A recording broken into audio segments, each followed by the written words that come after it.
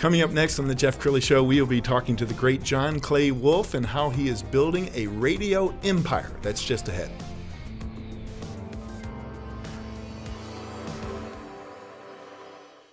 Many are predicting that the worst is yet to come, which is unfortunate, said one person here.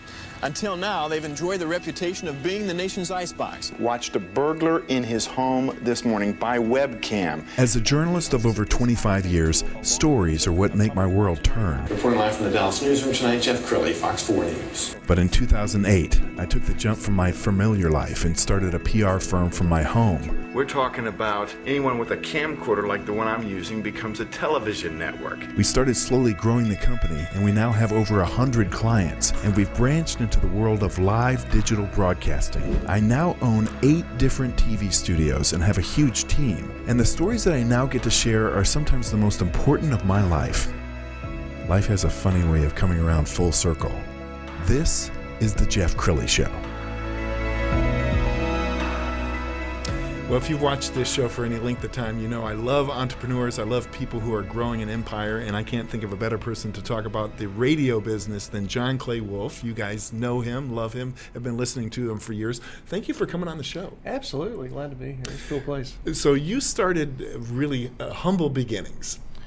In radio, yes. I started in Wichita Falls, Texas, and actually 14 years ago.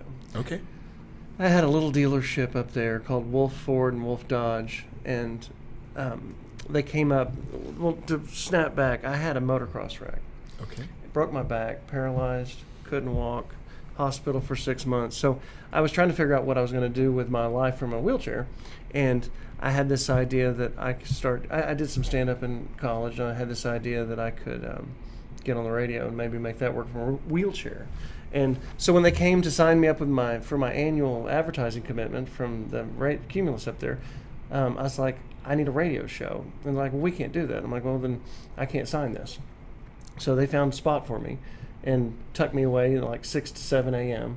And that's how it started in Wichita Falls, Texas 14 years ago. And today we're 40 stations across the country. We just added the largest rock station on the planet, KLOS. In L.A.? Mm-hmm. Amazing. Yeah, it's fun. Amazing.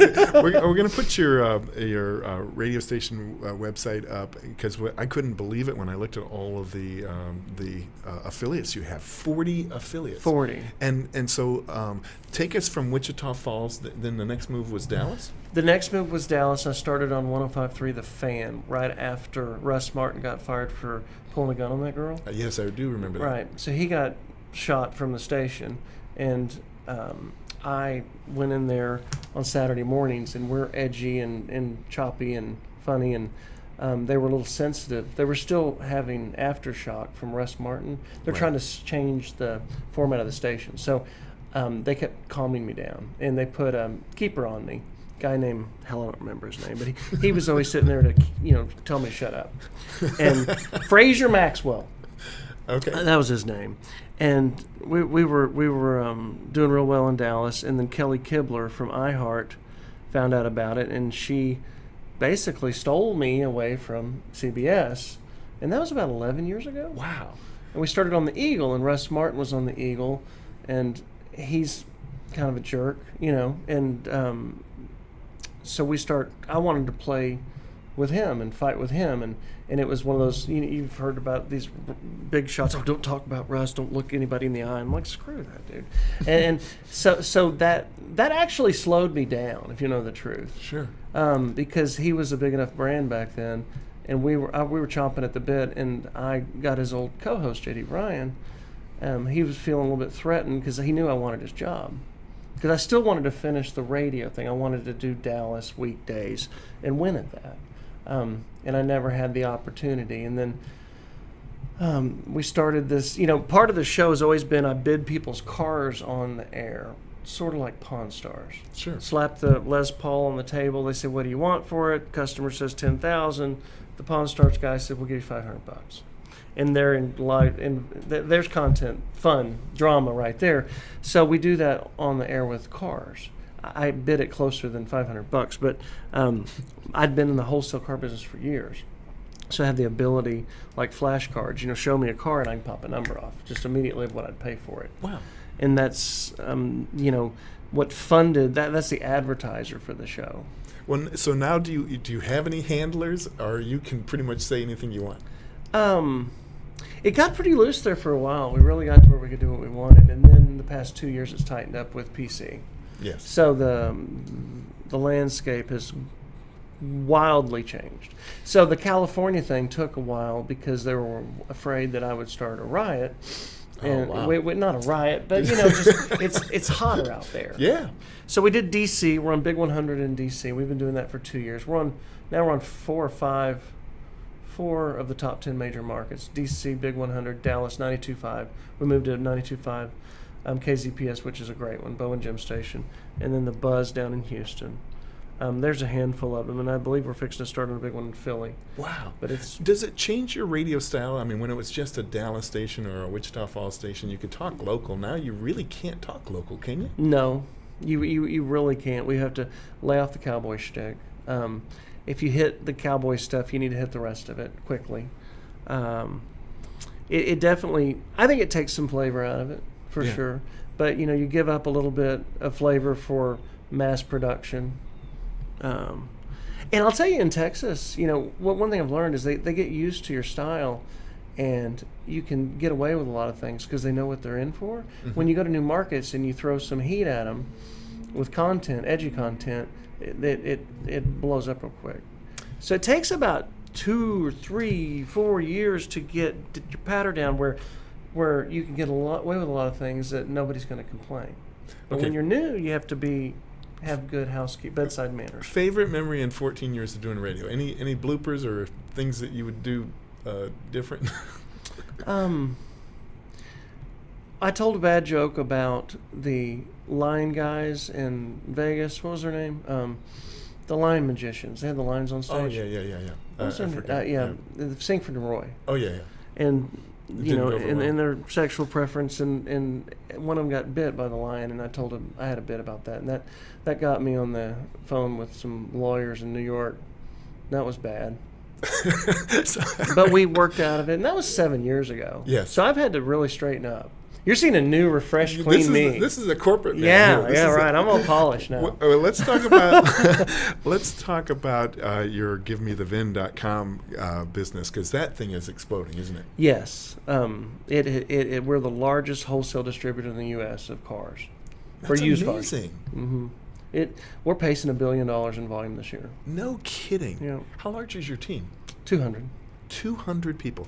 Okay, I found a great video off of YouTube. Let's roll that now. GiveMeTheVIN.com is the Amazon of car buyers. We don't want to sell you anything except for great service. Enter your VIN number or license plate, miles, options, and condition. Get the offer, accept the offer, and GiveMeTheVIN drivers will come to your house with a check. Oh, now, wait a minute. Is this for real? How can you do that? Because I invented it, that's how I do it. My name's John Clay Wolfe. I'm the largest wholesale dealer in all of South Central United States, and I'm also the funny guy on Saturday mornings. Many of y'all know me right here. Yes, I'm that John Clay Wolfe, but during the week, I'm 100% business. And here's the promise. If I don't beat your CarMax offer, I'll write you a check for $100 just for the opportunity.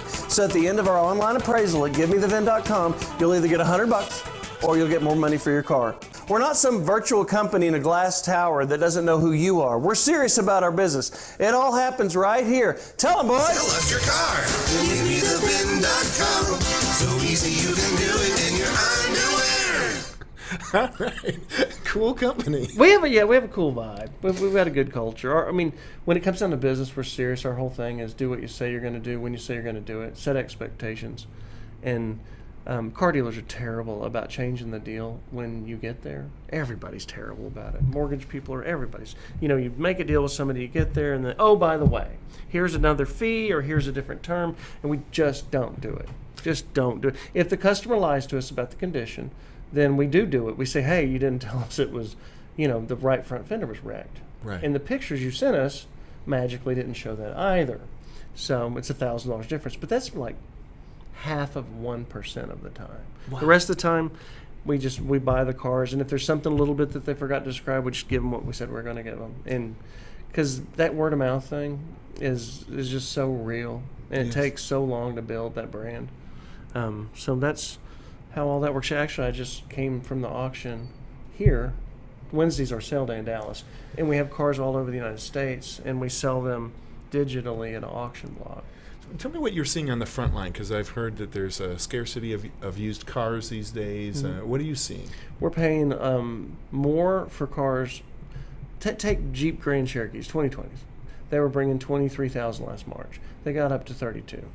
So, and now they're back down to about 27. Yeah, it definitely. I've never seen a surge, a tide rise in the value of used cars like I've seen in the past since May. And explain that to me. It's a supply and demand? New cars. Okay. The factories, when they shut the UAW down with Corona, they quit making new cars for 3 months, and it disrupted the supply chain to the point that the used cars started bringing. Jeff, we sold 2-year-old Toyotas for a sticker. Wow. It's probably in June at the height of it. That's how short. July was the height of it. When these dealerships got that low in inventory, new cars, that it was amazing. And so we were able to offer the customers crazy prices also. So it really was a good time to, make a big splash and bump our brand.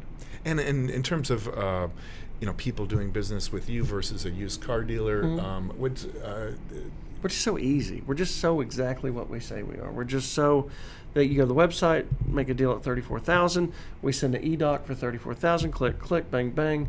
Get the payoff information of the title. Show up at their house with a check, and just and without any story, without any change order. I don't know if you've ever built stuff. Yeah. Change orders, contractors. Yeah. They're the worst.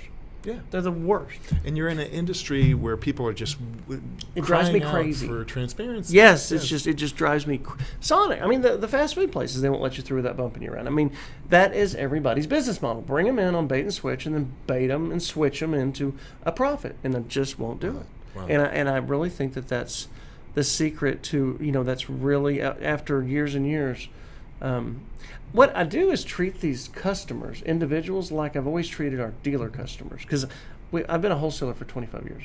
So when you're bidding cars, your trade-in at the BMW store, they call me, and I say I'll give $25,000. And if you yank them around, then you don't get the call next time. Yes. So I just take that philosophy with the customers and treat them like we do the dealers, because it's not that one car is a deal, but there's the friend and the aunt and the brother, and then 3 years later the next car. So one guy can be good for 10 cars if you just treat him right. Wow. I could talk to you all day long. So what we're going to do is we're going to have to invite you back again soon. We're going to put the website up so everybody can get in touch with you. GiveMeTheVIN.com is his website. And then you also have JohnClayWolfe.com. JohnClayWolfe.com is our radio show, and you can tune in to us on any of those affiliates Saturday morning. We're live all over the U.S. And we cut up a lot. It's like Saturday Night Live, and we call it Saturday Morning Live. It's adult cartoons, Saturday morning. Might not have the kids in the car. Well, congratulations on your success, and I can't wait to have you back. Thanks, Jeff. You bet. That's it for now. See you. We'll see you next time.